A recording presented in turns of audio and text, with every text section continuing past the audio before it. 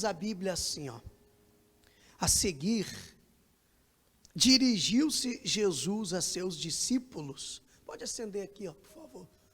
Dirigiu-se Jesus a seus discípulos, dizendo: por isso eu vos advirto, não andeis ansiosos. Preste bastante atenção.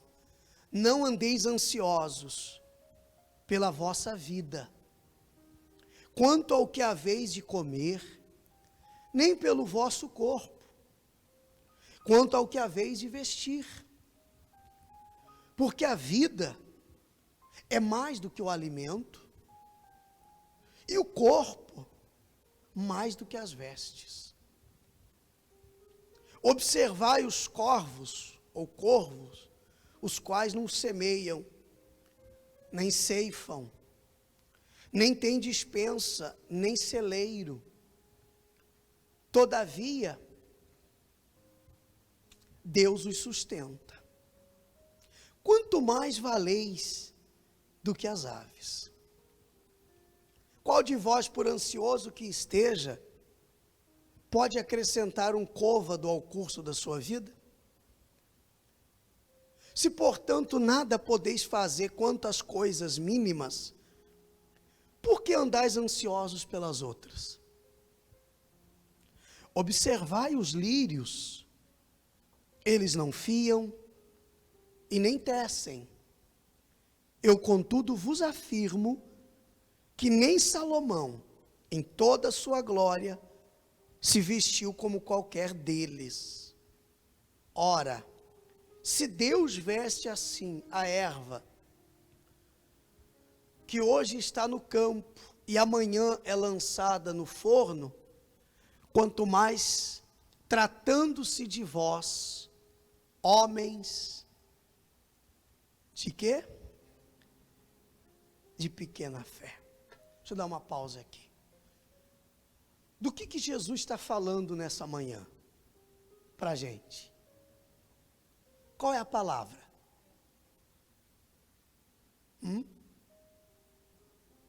Do que ele está falando? O título é: não andeis ansiosos pela vossa vida. Está falando de quê, igreja? Puxa um pouquinho assim que eu não estou ouvindo. Ansiedade. Nós quase não temos pessoas ansiosas no nosso mundo, né? Aquelas pessoas que tudo é para ontem, tem que ser para ontem. E estão adoecendo. A nossa geração está adoecendo com uma doença chamada ansiedade. O ansioso é aquele que sofre por antecipação. Tem gente no sábado já sofrendo com a segunda-feira. Vou abrir meu comércio, vou para minha empresa, vou para o meu emprego. Será que vou estar empregado ainda? Será que vai dar tudo certo? Será que eu vou conseguir pagar as contas desse mês? E o será vira um ponto de interrogação na mente de muitos que fazem eles perder a fé. Jesus disse, em outras palavras, só a gente traduzir as palavras de Jesus ali, ó. Ele diz: a ansiedade torna você um homem de pequena fé. Uma pessoa ansiosa, você já ouviu aquele ditado? O apressado come cru. Você já ouviu já, né? A pessoa que tem muita pressa, como eu, pastor Mário, de ver as coisas acontecer, sofre por antecipação.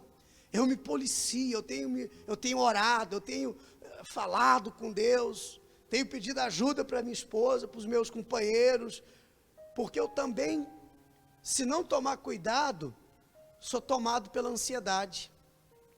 E a ansiedade é uma estratégia de Satanás para roubar a nossa fé, para roubar a nossa confiança em Deus.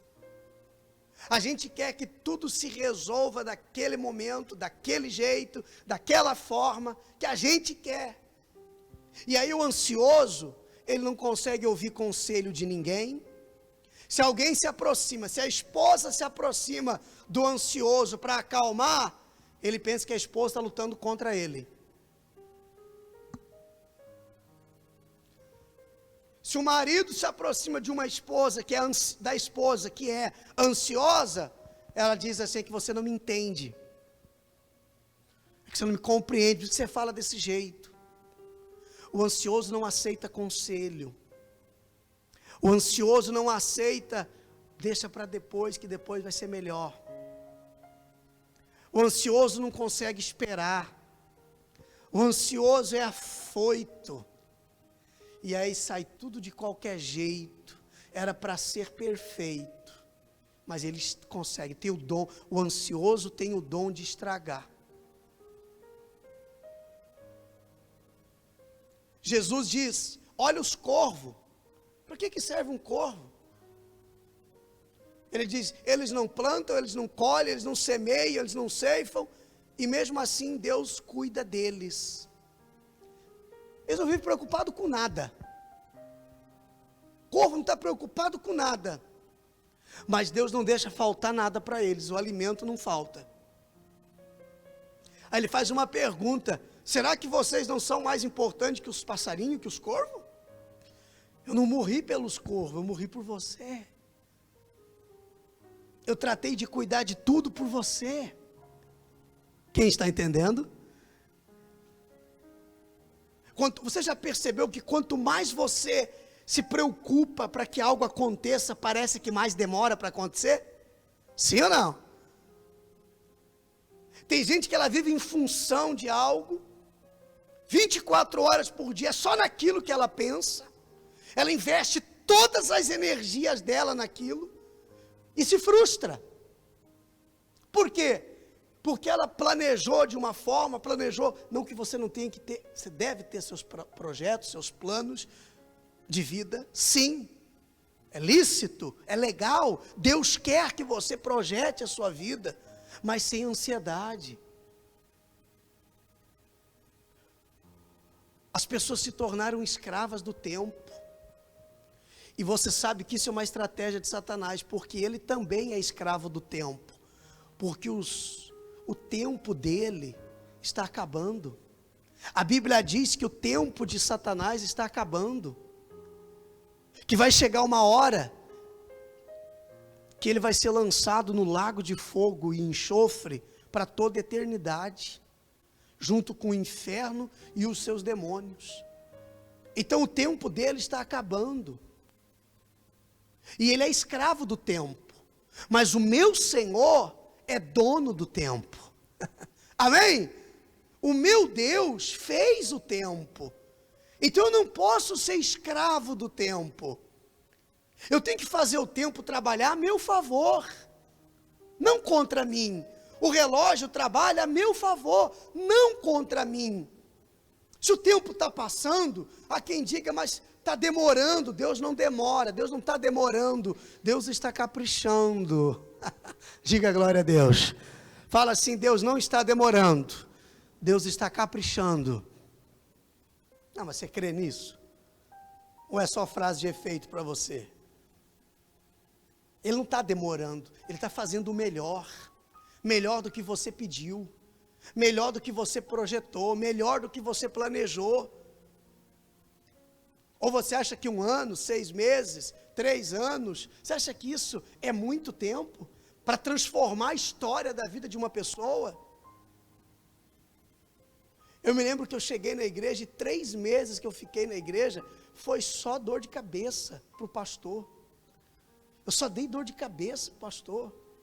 Eu era extremamente perturbado, cheio de dúvidas. Não era aquela pessoa que eu ouvia, mas eu contrariava, eu não era fácil de lidar, não. Eu ficava no banco me torcendo, ouvindo o pastor pregar. Pastor, parece que ele fala lá, parece que é tão fácil. Vem aqui viver minha vida. Estou morando de favor, estou comendo pão que o diabo amassou, estou sendo humilhado, não tem nem onde cair morto. E o pastor está dizendo que a vida é boa, e o pastor está pregando felicidade. Que felicidade? Desde que eu me conheço por gente, sei lá o que é felicidade. No início foi aquela aquela luta interna que todos vocês também enfrentam, aquela guerra interior, fico na igreja ou saio da igreja, continuo ou deixo de ir, mas não aconteceu nada ainda, eu não estou vendo melhorar, eu não estou vendo mudar, eu não estou vendo mudança, e aí a ansiedade vai tomando conta, e a ansiedade gera dúvida. Quando alguma coisa se demora para acontecer, começa a vir o pensamento de dúvida, será que vai acontecer? Porque se fosse para acontecer, já não teria acontecido. É o que Jesus falou, quando você é ansioso, a sua fé diminui, e com a sua fé pequena, você é bombardeado por um monte de coisa ruim, sentimentos para desistir de tudo, vontade de jogar tudo para o alto, vontade de desaparecer, vontade de não lutar por mais nada e por ninguém, porque a pessoa ansiosa tem a impressão que não está adiantando nada. O ansioso não consegue ver uma saída, o ansioso não consegue ter uma perspectiva, sabe, de vida. Cada dia para ele é como se fosse o mesmo. Mais um dia. O ansioso prevê coisa ruim, porque ele só fica preocupado com o amanhã. Entenda, existem 2 dias do ano que você não pode viver mais. 2 dias do ano que é impossível você repeti-los. Um deles é qual? Ontem. E o outro? Amanhã. Não existe esses 2 dias. O amanhã não existe. O que existe é agora, que é o presente de Deus para cada um de nós. Amém? O passado já foi, o futuro não chegou. O presente é o que importa. É agora que você tem que depositar sua confiança em Deus. O que tem que ser feito agora. O ansioso é aquela pessoa que vive frustrada. Por quê? O resultado não vem, e ela começa a pensar, acho que eu não fiz o que tinha que fazer. Faltou alguma coisa em mim. E ela começa a se culpar, se martirizar. Colocar um fardo sobre os seus ombros desnecessário. Como eu disse, o ansioso, ele prevê coisa ruim.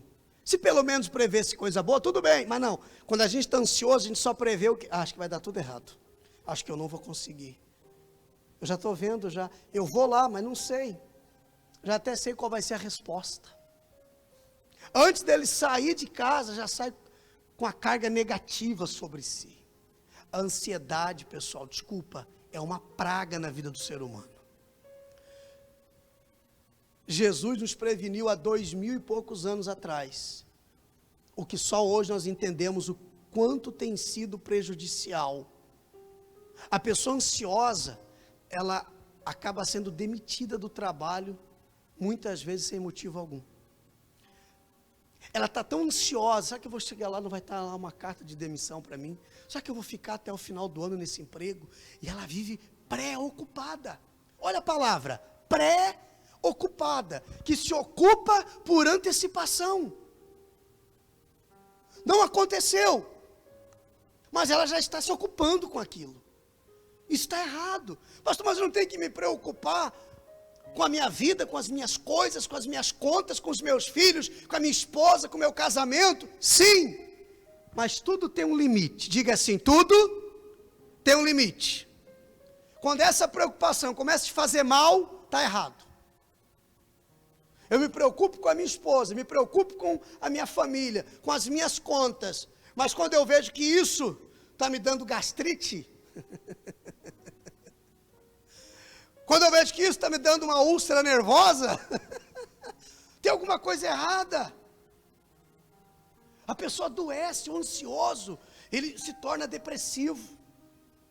Por quê? Porque ele tem tanta ansiedade, sabe, desespero, para ver as coisas acontecer, e aí vem a frustração por não ter resolvido do jeito que queria, e aí cai em depressão, fica deprimido, fica oprimido, amargurado, com complexo de inferioridade, com traumas, se achando um fracassado, se achando um derrotado, uma derrotada, não consegui. Olha só, mas quem disse que porque você perdeu uma batalha, alguma coisa deu errado, que você é fracassado?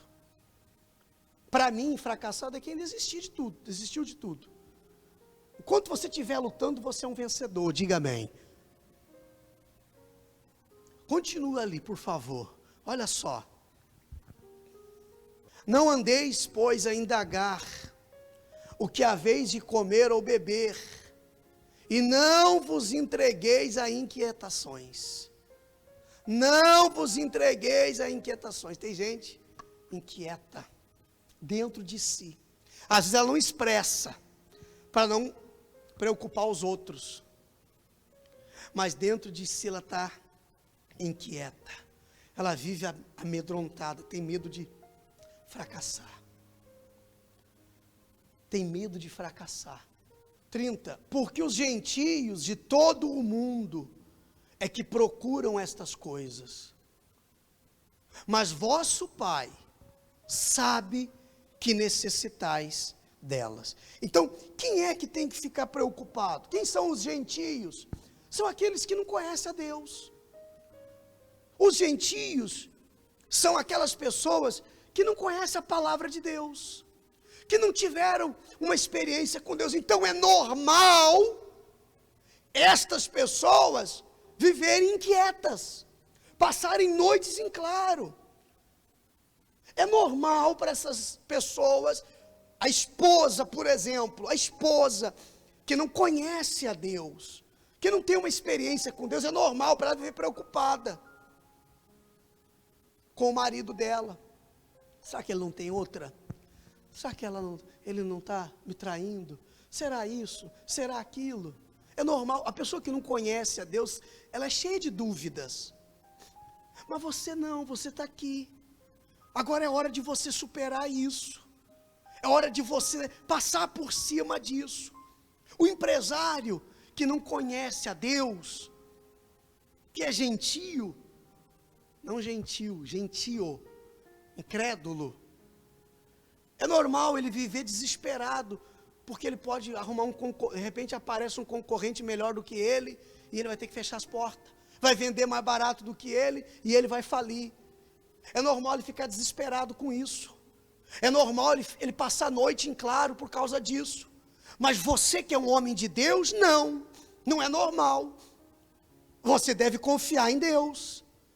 Se Deus cuida até dos corvos dos céus, das aves dos céus, vai deixar você perecer? Se ele vestir, olha os lírios, ele diz, olha os lírios do campo. Nem Salomão, o homem mais rico da face da terra, conseguiu se vestir igual aos lírios do campo. E foi Deus quem os vestiu, diz a Bíblia. Se ele veste assim as plantas que hoje estão lá verde e amanhã estão secas, quanto mais a vós, quanto mais a cada um de nós, pessoal. A preocupação, a ansiedade vai afastando a pessoa das coisas de Deus e vai aproximando ela das coisas do mundo. O mundo está desesperado. A crise econômica, a economia está travada, está fechando o comércio, o presidente não consegue governar, os deputados não deixam, o STF não deixa, e não sei o que não deixa. Mas o nosso Deus não está em crise. O Brasil pode estar, o mundo pode estar em crise, mas os céus não estão em crise. Os céus não estão de quarentena. Deus não está de quarentena. Deus não está em isolamento. Amém? Deus não se isolou. Deus continua no mesmo lugar, no seu trono sagrado, pronto para ouvir, pronto para responder, pronto para atender o nosso clamor. Ele não mudou. Então acalma o teu coração. Quando você entrou por essa porta hoje, com o que você estava preocupado? Deixa eu te dizer uma coisa, olha aqui nos meus olhos. Com o que você estava preocupada? O que estava tirando a sua paz? Entregue isso para Deus.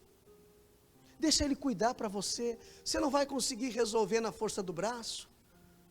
Se Ele não fizer, ninguém vai fazer. Deixa Ele fazer, porque Ele é Deus. Fique perdendo a sua paz. A sua paz, ela é mais preciosa que tudo.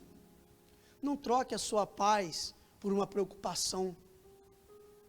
Eu ia falar uma preocupação boba, mas eu pensei que eu poderia te ofender se eu falasse assim, mas acabei falando. Mas às vezes a gente tem umas preocupações bobas, né? A gente se preocupa com coisas bobas. Tem outras preocupações que faz sentido, que a pessoa está mesmo aflita, eu entendo. E ela precisa se apegar a Deus para poder vencer.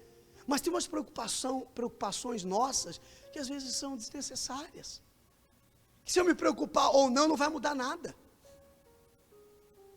Não vai resolver nada, não vai acrescentar nada, como disse Jesus. Pois Deus, o vosso Pai, sabe que necessitais delas. Deus sabe qual é a sua necessidade, exatamente a sua necessidade. Ele sabe exatamente o que você está precisando agora. E Ele vai suprir essa necessidade, com uma condição. Qual, pastor? Essa condição aqui, ó. Leia comigo, por favor. Buscai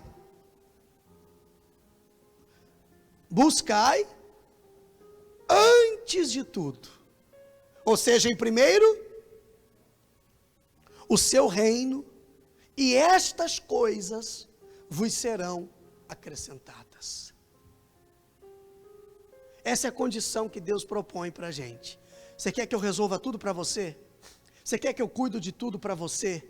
Você quer que eu coloque a sua vida nos eixos? Você quer que eu coloque a sua vida na linha? Você quer que eu transforme e mude toda a sua história? Sim, eu quero, Deus. Então, comece a buscar em primeiro lugar o reino dos céus. Porque tem gente que, se ela se preocupasse tanto com a salvação dela, com a vida dela, com Deus, como ela se preocupa com as outras coisas, ela não estaria sofrendo por antecipação. Não estaria. A gente se preocupa com tudo, a gente tira tempo para tudo. Para tudo. A gente arruma um jeito para tudo. Ele diz, olha, nem o corpo, nem a roupa, nem a comida é mais importante que a sua vida. A gente cuida de tudo. Está errado cuidar? Não está errado. Cuidar do seu corpo, cuidar da sua beleza, cuidar do seu cabelo, né? Cuidar das unhas, cuidar, sei lá, cuidar de você, não está errado, mas você não tem que fazer disso a principal coisa da sua vida. Cuidar do teu marido, cuide bem dele, né, amor? Cuida bem do teu marido, cuida bem da tua esposa, cuide bem dos teus filhos, mas cuide mais do teu coração. Cuide mais de você. Você quer cuidar de todo mundo, mãe? E às vezes você esquece de cuidar de você. Cuida do teu coração. Cuida do seu relacionamento com Deus. Tira um tempinho todo dia, vai lá no teu banheiro, chora na presença de Deus. Fala, Senhor, me ajuda para que eu não venha me destruir. E nem destruir minha família, nem destruir a minha vida, nem destruir a minha saúde, nem destruir o meu trabalho. Cuide de você, busque em primeiro lugar, busque antes de tudo o reino de Deus, a salvação da sua alma. Procure se consertar com Deus. Tem algo que você tenha feito, ou que você está fazendo, ou que você pensou em fazer, que não agrada ao teu Deus? Tem, pastor. Então fale com Ele sobre isso. Ele não vai te punir por isso, Ele não vai te condenar por isso, Ele vai te ajudar. Ele vai te ajudar. Seja sincero, seja sincera diante dele. Ele vai te salvar. Ele veio para isso, ele diz, eu vim para salvar o que está perdido. Mas eu só posso salvar o perdido se ele reconhecer que está perdido. Enquanto a pessoa está dizendo que está tudo bem, está tudo bem, está tudo bem, está tudo bem, como é que Deus vai salvar ela? Eu vim para salvar o que está perdido, mas se o perdido falar que está perdido. Onde você está... Alguém já se perdeu no carro aí já? Na rua? Quem já se perdeu já no trânsito? Minha esposa fala assim para mim, amor, não é melhor parar e pedir informação? Aí eu falo assim, não, fica tranquilo que eu sei o caminho. Nós já passamos nessa rua 3 vezes, amor, ela fala para mim. Fala, não, acho que é parecido só. que você não para e não pede informação? Não, mas eu vou conseguir agora, vou sair e vou virar à direita. Aí, 5 vezes no mesmo lugar. E ela fala assim, para ali, pede informação. Eu falo, bem que eu tinha falado antes disso, já vou perguntar. E aí eu vou lá e pergunto para o rapaz do posto. Ele fala, não, eu virei à esquerda, não à direita. Pô, estava tão fácil. É que eu não reconheci que estava perdido. Então eu continuei perdido. Quando você reconhece que está perdido e você pede ajuda, rápido você se acha. E é assim com Deus. Você reconhece, não, estou me perdendo, estou perdido. Senhor, me ajuda. Por onde eu vou agora? Que rumo eu tomo? Para onde eu sigo? E Ele tem prazer de te ajudar, de estender a mão. Como Pedro, quando estava afundando no mar, um pescador afogando, eu não consigo imaginar um pescador afundar e se afogar. Quando Jesus mandou Pedro andar sobre as águas, ele andou, começou a olhar para a força do vento e começou a afundar. E a Bíblia diz, eu acho isso muito legal, que a Bíblia diz que Pedro gritou e pediu socorro para Jesus. Mas ele era pescador, ele conhecia do mar, ele sabia nadar, ele entendia das águas, ele sabia se livrar muito bem daquilo. Mas ele viu que ali ele precisava da mão do Senhor Jesus. Ele não teve vergonha de gritar com um monte de discípulos no barco, amigos dele, pescadores também. Ele não teve vergonha de dizer, eu preciso de ajuda, senão eu vou morrer afogado. Ele gritou e disse, Senhor, me socorre, porque eu estou afogando. E Jesus foi lá, estendeu a mão e tirou ele e pôs ele no barco. Ele não teve vergonha de pedir ajuda. Ele foi sincero. E às vezes temos que ser como esse Pedro, que mesmo sendo pescador, está morrendo afogado. E que precisa clamar e pedir socorro. E ele não vai demorar em estender a mão. Ele estende a mão imediatamente, porque ele é assim. O amor dele é incondicional. Amém? É o que eu quero convidar você a fazermos nessa manhã. Entregar tudo nas mãos dele. Entregar tudo nos cuidados dele. E deixa que o mais ele vai fazer. Se você tiver ainda com a sua Bíblia, abra no livro de Salmos, por favor, 37. Se você tiver com a sua Bíblia. Confia no Senhor e faze o bem. Habita na terra e alimenta-te da verdade. Agrada-te do Senhor e Ele satisfará os desejos do teu coração. Entrega o teu caminho ao Senhor. Confia nele. E o mais, Ele fará. Vamos ler de novo, verso 5. Entrega o teu caminho ao Senhor. O que mais? Confia nele. E o mais? Está vendo como Ele nos dá menos trabalho quando a gente que serve a Ele? O trabalho que Ele nos dá. Confia em mim e entrega tudo nas minhas mãos. E deixa que o resto eu faço. Deus é tremendo, né? Entrega nas minhas mãos. Mas não é fazer isso aqui, ó, no culto de domingo de manhã. Ó Deus, eu te entrego minha família. Ó Deus, eu te entrego o meu casamento. Te entrego o meu trabalho. Ó Deus, eu te entrego todos os problemas. Domingo de manhã. Aí segunda-feira de manhã, pego de volta. Não está resolvendo, não está adiantando, deixa que eu vou resolver do meu jeito. E vai lá e bota os pés pelas mãos e faz tudo errado de novo. Entregou, deixa. Mas pastor Mário bagunçou tudo. Deus sabe como faz. Mas parece que ficou pior. Deus sabe como faz. Se você entregou, confia. Você não entregou? Então confia. Não, mas a pessoa entrega e quer dizer para Deus como que é para fazer. Ó Deus, faz assim, assim, assim, assim, assim. Não. Você não entregou? Então confia. Às vezes a gente olha assim, está tudo coisado. Mas eu lembro, mas eu entreguei na mão de Deus, pô. Então Ele sabe o que vai fazer. Bagunçou o negócio ali, ó. Está meio coisado o negócio ali, mas eu entreguei na mão de Deus, pô. Ele sabe o que faz. Já não é mais um problema meu. Amém? Já não é mais um problema meu, agora é dele. Deus sabe o que faz. Às vezes tem vontade de ir lá, né, e querer fazer. Mas espera aí, eu entreguei. Então, é problema dele agora. Ele que pediu para eu entregar. Eu não estou inventando história. Entrega o teu caminho ao Senhor. Ele que pediu para eu fazer isso. Eu fiz. Confia nele. Essa parte é difícil. A primeira de entregar é até mais fácil. Ó Deus, pega que é tudo problema mesmo. É só coisa ruim mesmo. Pega aí. É fácil. Agora, confiar é mais difícil. Porque ou eu confio ou eu sou ansioso. Não tem como eu confiar sendo ansioso. Eu tenho que vencer a ansiedade. Tenho que me segurar. Você já pôs leite para ferver? Quem já pôs leite para ferver? Você fica com o leite aqui fervendo, na panela. E você fica aqui olhando para o leite, com um monte de coisa para fazer. E aquela miséria do leite não ferve. E não ferve, não ferve. E você fica ali com as pernas balançando assim já. E o leite velho não ferve. Aí você fala assim, ó, eu vou botar o sapato para adiantar, e o tempo de eu voltar o leite vai estar quente. Hã? É isso aí. Aí tu vira as costas assim para ir, só ouve o barulho do negócio queimando já. Aquela catinga de leite queimado. Está vendo? Quanto mais você se preocupa para que o negócio aconteça, mais demora para acontecer. Deixa. Que Deus não está demorando, Deus está caprichando.